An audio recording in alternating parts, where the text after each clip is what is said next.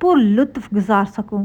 جب یہ خبر سلطان صلاح الدین ایوبی رحمۃ اللہ علیہ نے سنی تو سلطان کو بڑا افسوس ہوا۔ اتنے میں سلطان واپس پلٹنے لگا تو اتنے میں اس راستے سے سپاہی گزرے اور وہ یہ اعلان کر رہے تھے کہ اس راستے سے فلاں دن سلطان صلاح الدین ایوبی رحمۃ اللہ علیہ گزرنے والا ہے، لہٰذا سلطان کا استقبال کرنے کے لیے تمام کسان فلاں دن صف باندھ کر کھڑے ہو جائیں۔ یہ دیکھ کر سلطان بڑا حیران ہوا کہ میں نے تو اپنے سپاہیوں کو اپنے استقبال کے حکم نہیں دیا، لیکن جب سلطان کی نظر ان سپاہیوں پر پڑی تو سلطان کو پتہ چلا وہ سپاہی تو وزیروں کے ہیں۔ سلطان بڑا خوش ہوا۔ سلطان صلاح الدین ایوبی رحمۃ اللہ علیہ جب وہاں سے واپس پلٹنے لگا تو وہ کسان کہنے لگا، اللہ نے میری دعا سن لی، اللہ نے سلطان صلاح الدین ایوبی کو میرے پاس وسیلہ بنا کر بھیج رہا ہے۔ یہ سن کر سلطان بڑا حیران ہوا اور اس کی بات سننے کے لیے وہیں رک گیا۔ پھر وہ کہنے لگا، جب سلطان صلاح الدین ایوبی رحمۃ اللہ علیہ یہاں سے گزرے گا تو میں اس کے سامنے حاضر ہوں گا اور اپنی خواہش کے بارے میں بتاؤں گا، اور مجھے یقین ہے کہ وہ میری مدد ضرور کرے گا اور اسی طرح میرے دن بدل جائیں گے۔ مقررہ دن کا وقت آ گیا۔ تمام کسان کے استقبال کے لیے اس راستے پہ کھڑے ہو گئے تھے۔ سلطان صلاح الدین ایوبی رحمۃ اللہ علیہ کا قافلہ محل سے روانہ ہو گیا۔ گزرتے گزرتے سلطان صلاح الدین ایوبی رحمۃ اللہ علیہ جب ان فصلوں سے گزرنے لگے تو کسانوں نے سلطان کا خوب استقبال کیا۔ اچانک سلطان کی نظر اسی کسان پر پڑی۔ وہ کسان بھاگتا ہوا سلطان کے آگے کھڑا ہو گیا اور کہنے لگا، حضور میری ایک بات سن لیں۔ سلطان سب کچھ پہلے سے ہی جانتا تھا کہ یہ کیا کہنے لگا ہے۔ سلطان نے کہا، بتاؤ تم نے کیا کہنا ہے؟ تو اس نے کہا، سلطان معظم، میں نے ساری زندگی ملازمت کی لیکن میرے پاس اپنا ایک زمین کا ٹکڑا تک نہیں، صرف ایک چھوٹا سا زمین کا ٹکڑا ہے جس پر میں اپنا گھر بناؤں گا، لیکن کھیتی باڑی کے لیے میرے پاس کوئی زمین ہی نہیں۔ آپ مجھے چند سونے کے سکے دے دیں تاکہ میں اپنے لیے ایک زمین کا ٹکڑا خرید کر اس پر کھیتی باڑی کر سکوں، اپنے بچوں کو کھلا سکوں اور خود بھی پر لطف زندگی گزار سکوں۔ تھوڑی دیر سوچنے کے بعد سلطان صلاح الدین ایوبی رحمۃ اللہ علیہ نے کسان سے کہا کہ مجھے تم سے کچھ چاہیے، تمہارا جو دل کرے مجھ سے لے سکتے ہو۔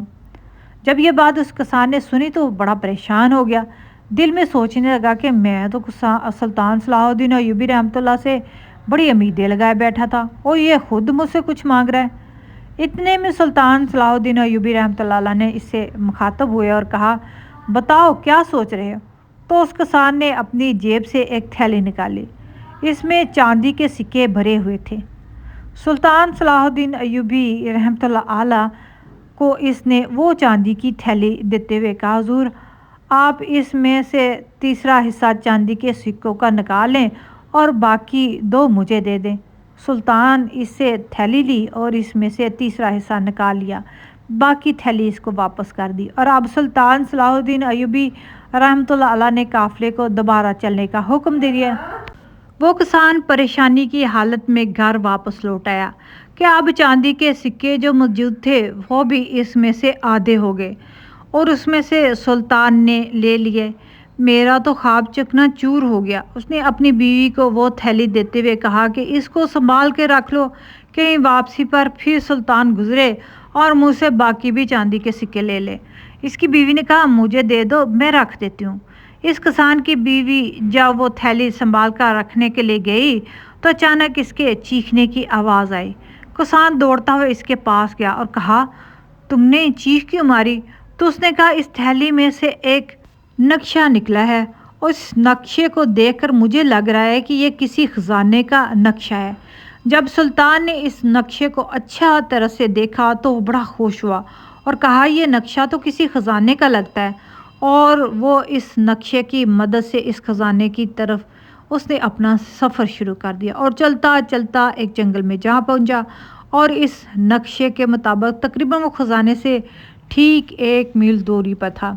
جب آگے اس نے خزانے کا نقشے کا ورق پلٹا تو دیکھا کہ آگے کا نقشہ موجود ہی نہیں، اور اس کے آگے لکھا ہوا تھا، جتنا تم دینے کے لیے دل رکھتے ہو اتنا مانگنے کے لیے دل رکھو۔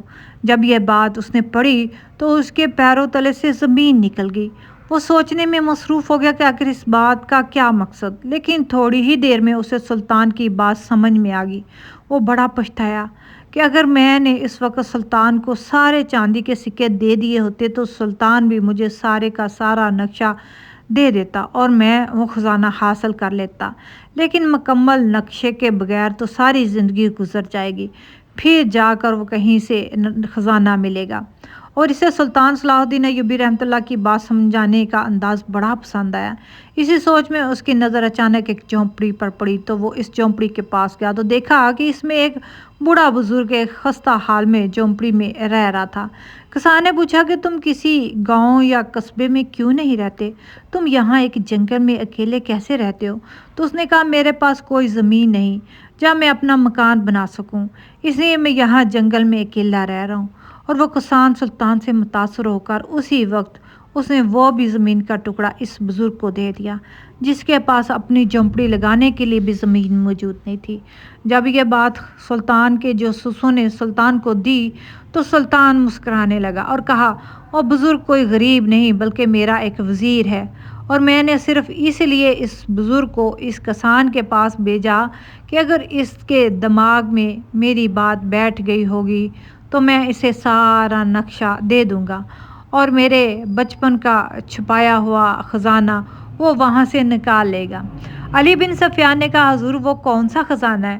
تو سلطان صلاح الدین ایوبی رحمۃ اللہ علیہ نے کہا ایک دن میں جنگل میں کھیل رہا تھا کہ ایک زمیندار وہاں سے گزرا تو اچانک شیر نے اس پر حملہ کر دیا، تو میں نے تیر چلا کر شیر کو زخمی کیا، جس کی وجہ سے زمیندار نے خوش ہو کر مجھے سونے کے سکوں سے بھری تھیلی دی، اور اس وقت مجھے ان پیسوں کی کوئی ضرورت نہیں تھی، لہٰذا میں نے وہ سونے کی تھیلی وہیں جنگل میں چھپا دی اور اس کے بعد مجھے یاد نہ رہا میں نے وہ کہاں تھیلی چھپائی تھی۔ پھر جب مجھے یاد آیا تو میں نے اس کا نقشہ بنا لیا، لیکن وقت نہیں ملا کہ میں جا کر اس تھیلی کو نکال سکوں، لیکن وہ مجھے تھیلی بہت پیاری تھی اور میں نے اس لیے وہ تھیلی اس کسان کو دے دی۔